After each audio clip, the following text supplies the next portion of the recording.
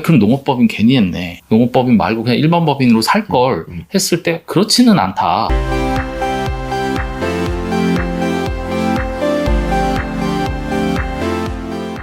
문제를 남겨주시면 답은 저희가 찾겠습니다. 이번 사례는 저희가 답을 찾은 게 아니라 상담 모셔가지고 진행하면서 고객님이 알려주신 내용입니다.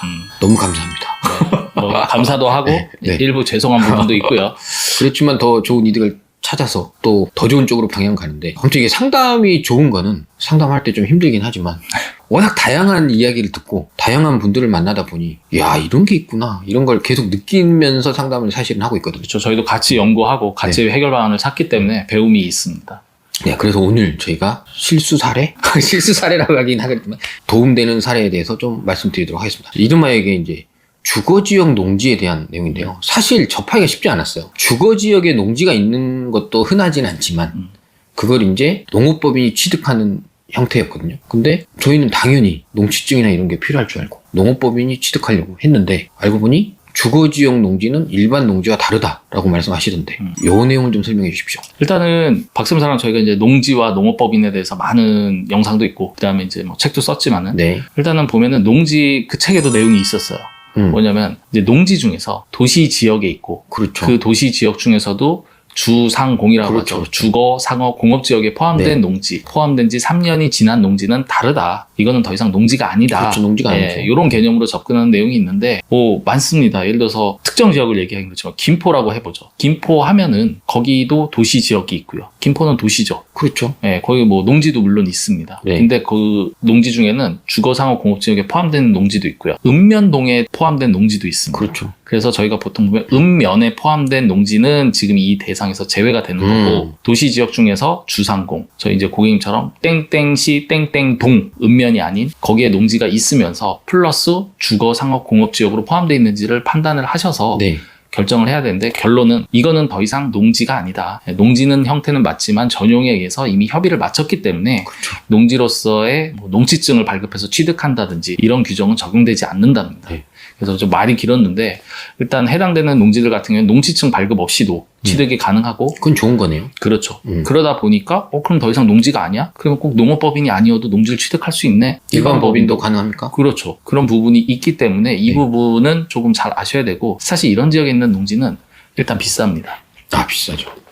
도시 지역에 농지가 있다. 제가 찾아보지는 않았지만 네. 서울에도 농지가 있을 수 있습니다. 그렇겠죠. 예, 그런 거고, 그런 것들은 더 이상 농지가 아니다라는 부분인데, 반대로 이제 뭐 농지증 발급도 필요 없고 농지로서의 기능이 없기 때문에 개인이나 뭐 일반 법인도 살 수 있다고 얘기를 했는데, 네. 반대로 이런 농지 같은 경우에는 세금에 있어서도 감면이 좀 다르다 하는데, 이제 대표적인 사례를 좀 정리해 주시면. 일단 농지가 아니잖아요. 취득세 감면이 안 됩니다. 그렇죠. 저희가 일반적으로 농지를 뭐 농업법인이 취득하면 뭐 75%의 감면, 네. 뭐 농업인도 50% 감면, 뭐 이런 혜택이 있는데, 농지가 아니기 때문에 감면이 없구나. 네. 그리고 또 하나는 8년 작용 감면이지 않습니까? 그렇죠. 8년 이상 작용을 하고 농지를 팔면 양도세를 감면해 주죠. 그게 안 됩니다.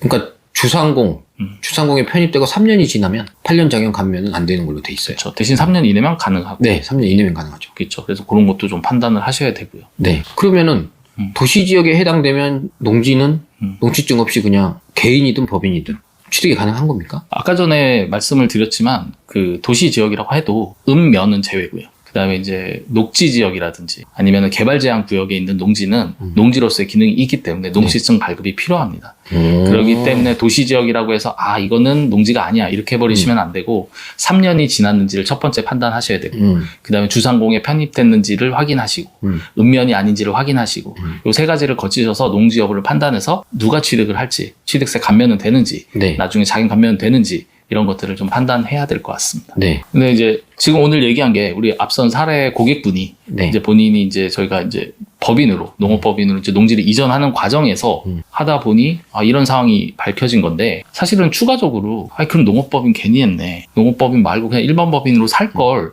했을 때 그렇지는 않다. 농지는 농업법인이 사는 게 좋다. 네. 이렇게 얘기하시는데 그 이유는 뭘까요? 근데 이제 농지를 나중에 팔 수 있잖아요. 전쟁감 팔겠죠? 팔면 이제 세금을 낼 건데, 법인세를. 일단 주업이 농업인 법인은 비삼용 토지 적용을 안 받을 수 있고, 주업이 농업이 아니면 비삼용 토지로 구분될 수 있거든요. 그럼 법인세가 이제 가산이 돼요, 10%가.